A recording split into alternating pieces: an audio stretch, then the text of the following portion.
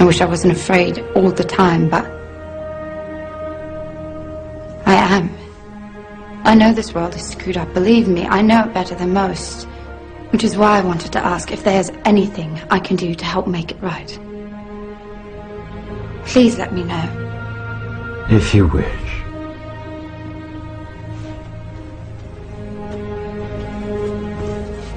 Be very universum vivus visi. By the power of truth, I, while living, have conquered the universe. Personal motto? From Faust. That's about trying to cheat the devil, isn't it? It is. And speaking of the devil, I was wondering if your offer to help was still standing. Of course. It appears that unforeseen circumstances have accelerated my original plan. As a result, I'm in need of someone with some theatrical skill. I'll do my best. I believe you will. We are consciousness. All that is, has been, and ever will be. There is nothing to fear. Whatever happens, we are always that. Mind fears, because it's programmed to fear.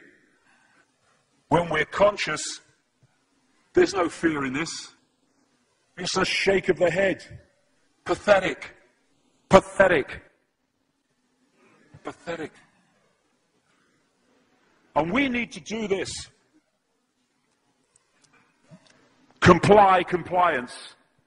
We need to challenge that. Not with violence, not even with aggression. We just need not to fight it. We need to walk away, because without our acquiescence it cannot survive.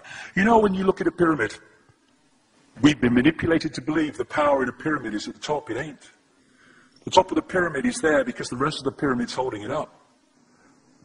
We're holding this whole thing together. There's this story I told many years ago of a British comedian called Larry Grayson, who died. I kind of knew him vaguely, and not closely, but vaguely. And I went to his memorial service in Covent Garden, and this other comedian did this tribute to his life in which he read out this story that Larry Grayson had told him. When they were going around the variety halls and the theatres in the 60s, they had this all-male show. And Larry Grayson was the only woman in it because he was dressed up as a woman. And he said that the end of the show, the last scene, all the sailors, all the men came on dressed as sailors, and they were singing Rule Britannia. You know, Rule Britannia, Britannia rules the waves. Oh, I'm very pleased for you. Okay?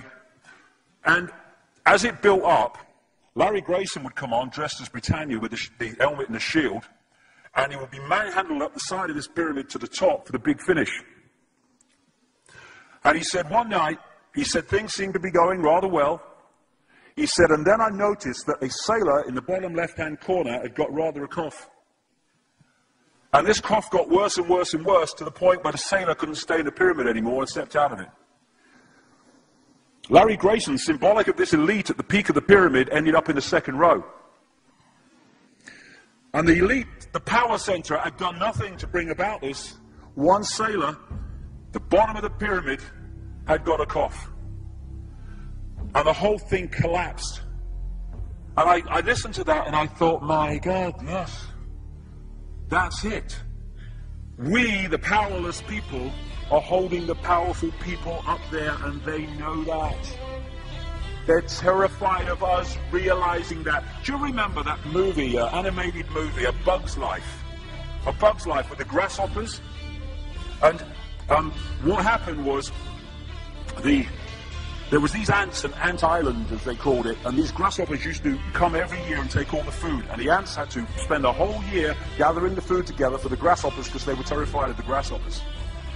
There weren't many of these grasshoppers, and one day they're in their winter quarters in a tree, these grasshoppers, and they've got all the food they need, and someone suggested among the rank and file grasshoppers that they didn't need to go to Ant Island this year because they had all the food they needed. And then out came the leader of the grasshoppers to tell them the facts of life, and the few are going to control the many. It's a wonderful speech. If you ever can see that movie, A Bug's Life, I do recommend it. And he said, basically, They outnumber us 100 to 1. And if ever they figure that out, there goes our way of life. So we have to keep the pressure on, basically. We have to keep them working, so they don't figure out where the real power is. And that's why this network of manipulation works so hard to keep us in these states. Like I said earlier, what are people leaving foreclosed homes for? Foreclosed by banks that have caused the unemployment that lead to them having to leave their homes. Stay there, refuse to leave, make it difficult for them. Expose them for what they are. We make it so easy, the non-compliance. No longer will we just do it because we're told to do it. Is it just? Is it right? Okay, I'll do it. Is it unjust? Is it not right? I ain't doing it. We start to make the decisions on what we will and will not do based on our values and not some imposition from the dark suits. These people are gonna give me, grant me, or grant me not my freedom.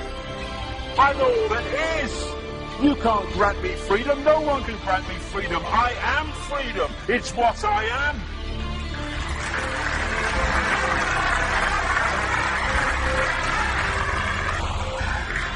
The big question, what would consciousness do? What would consciousness do in this situation?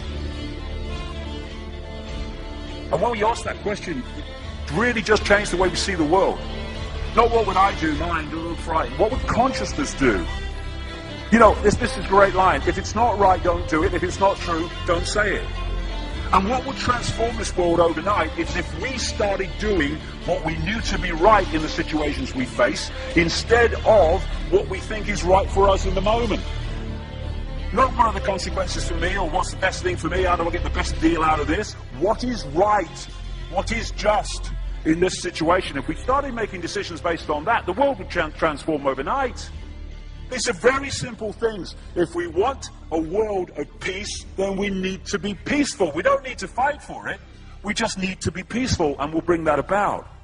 If we want a world of kindness, we need to be kind, and then it will naturally unfold. We don't fight for kindness. As Martin Luther King said, it's a wonderful saying, piece of oratory. Cowardice asks the question, is it safe? Expediency asks the question, is it politic? Vanity asks the question, is it popular? But consciousness asks the question, is it right? And there comes a time when one must take a position that is neither safe, nor politic, nor popular, but one must take it because it is right. And when enough of us do that, what is right will manifest by definition. And we're in this position now where this vibrational change, this energetic change is taking place, where we can start cracking these eggshells, where we can start becoming the full magnitude of who we are, where we can be consciousness in the now, using mind to experience this reality instead of being governed by it, turning the key to let consciousness in. We're being offered this opportunity now. No longer can we say we didn't realize who we are, we didn't know we could do that. I was kind of waking up one day, and I saw this earth imprisoned, and I saw this big lock and a key going in and being turned. I went on the internet just very shortly afterwards. I was looking for a picture, not this one, and that's what I saw. The picture I'd just seen in my half kind of sleep.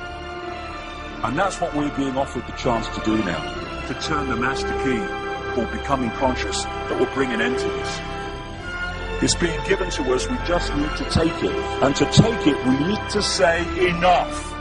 Enough of being enslaved by these people, enough of being enslaved by our manipulated ignorance, enough of being enslaved by the fear of being who we are.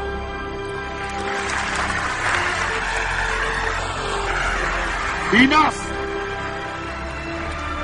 It is time to fly. It is time to fly. Thank you very much.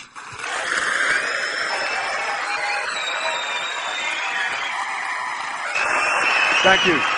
Thank you very much. Thank you. Thank you. Thank you.